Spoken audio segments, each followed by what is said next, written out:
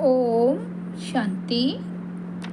मातेश्वरी गुणों की खान थी, गुप्त तपस्विनी थी। ब्रह्मा कुमारी दादी निर्मल शांता जी कहती है, मम्मा बहुत गंभीर और शांत थी। मम्मा मुरली भी चलाती थी तथा यज्ञ की सारी जिम्मेवारी भी निभाती थी।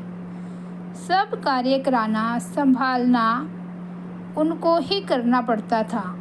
फिर भी उनके चेहरे, चलन और व्यवहार में कोई भी अंतर नहीं आता था।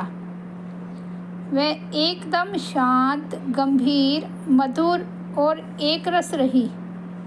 उदाहरण अर्थ, जब यज्ञ में बैगरी पार्ट आया, कई बार खाने के लिए किसी को कुछ नहीं मिला तो कईयों के चेहरे फीके, निस्तेज होते थे। लेकिन मम्मा को खाना मिले न मिले, उनके चेहरे पर सदा मुस्कान, निश्चिंतता, धैर्यता और बाबा पर अचल अटल विश्वास झलकता था।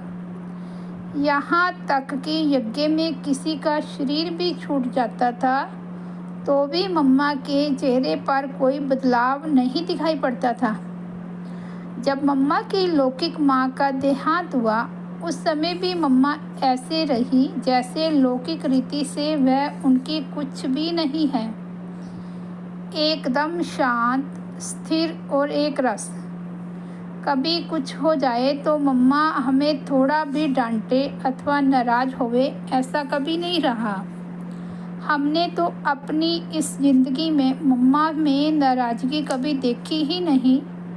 संतरी दादी बाबा के साथ रहती थी और मैं मम्मा के साथ रहती थी। मैंने मम्मा को तो बहुत करीब से देखा है। मम्मा का व्यक्तित्व, मम्मा एकदम रॉयल थी। वह कभी जोर से नहीं हंसती थी, सिर्फ मुस्कुराती थी। मम्मा में गुस्सा था ही नहीं। मम्मा कहती थी कि काम, क्रोध, अहंकार आदि नरक के द्वार है, इसलिए तुम बच्चों को कभी गुस्सा नहीं करना है। अगर कोई गुस्सा करता था तो उस समय मम्मा हंसते हंसते बोलती थी, देखो गुस्से को क्या कहती हैं? क्रोध कहती है ना। क्रोध को भूत कहा जाता है। क्रोध आया माना अपने अंदर भूत प्रवेश हो गया। इसलिए कभी भूत नहीं बनना, अर्थात क्रोध नहीं करना। कुछ भी हो जाए लेकिन क्रोध नहीं करना। कोई आवाज़ में बोलता था तो मम्मा उसको प्यार से समझाती थी, देखो तुम आश्रम में रहते हो, ऊंची आवाज़ से नहीं बोलना चाहिए, बहुत धीमे से बोलना चाहिए, शांति से बोलना चाहिए, बहुत कम बोलना चाहिए, मीठा बोलना चाहिए। यदि किसी ने कोई बड़ी गलती भी की हो तो भी उनको कहती थी, इधर आओ, ये ठीक हुआ? जो गलती करेगा भला वो कैसे कहेगा ये ठीक हुआ? तो मम्मा कहती थी, आगे के लिए ध्यान रखो, दोबारा ऐसी गलती नहीं होने देना। मम्मा कभी यह नहीं पूछती थी कि ये गलती क्यों हुई। जो हुआ सो हुआ, लेकिन उसको प्यार से सुधारने की युक्ति और शक्ति प्रदान करती थी। इस प्रकार प्यार से, इशारे से उस व्यक्ति के हृदय का परिवर्तन कर देती थी। मुझे साक्षात्कार तो नहीं होता था, मगर मैं जब भी मम्मा को देखती थी तो मुझे लगता था ये लक्ष्मी ही बनेगी, ये सतयुग की महारानी है। मैं सेवा नहीं करती थी, शहजादी जैसे रहती थी। मम्मा मुझे मुस्कुराते हुए कहती थी, आओ बच्ची, उनको ज्ञान समझाओ, सेवा करोगे तो मेवा मिलेगा। आओ उनको बाबा का ज्ञान सुनाओ। इस प्रकार मम्मा ने मुझे ज्ञान समझाना सिखाया, सेवा करना सिखाया।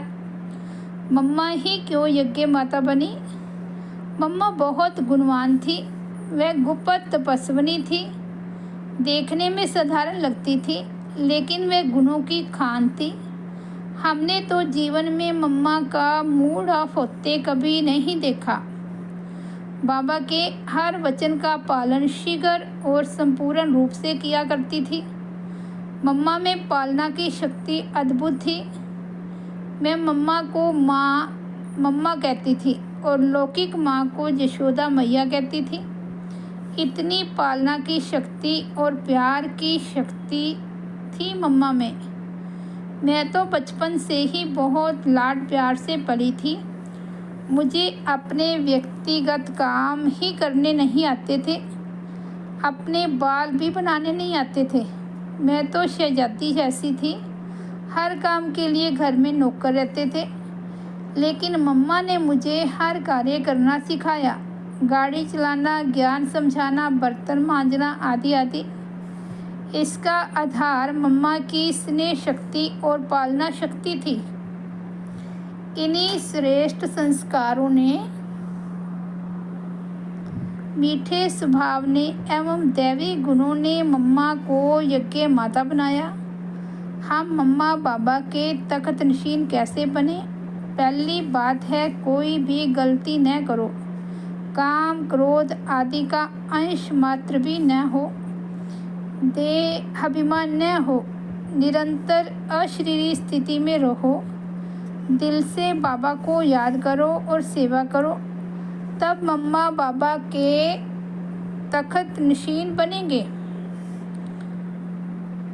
मम्मा की तरफ से ब्राह्मण परिवार के लिए संदेश है। मम्मा की तरफ से ब्राह्मण परिवार के लिए मेरा यही संदेश है कि मम्मा हमेशा कहती थी, क्रोध भूत है। बाबा के बच्चों, कुछ भी हो जाए परंतु क्रोध नहीं करना। अगर कोई नुकसान भी हो जाए तो भी उसको प्यार से समझाओ। ओम शांति।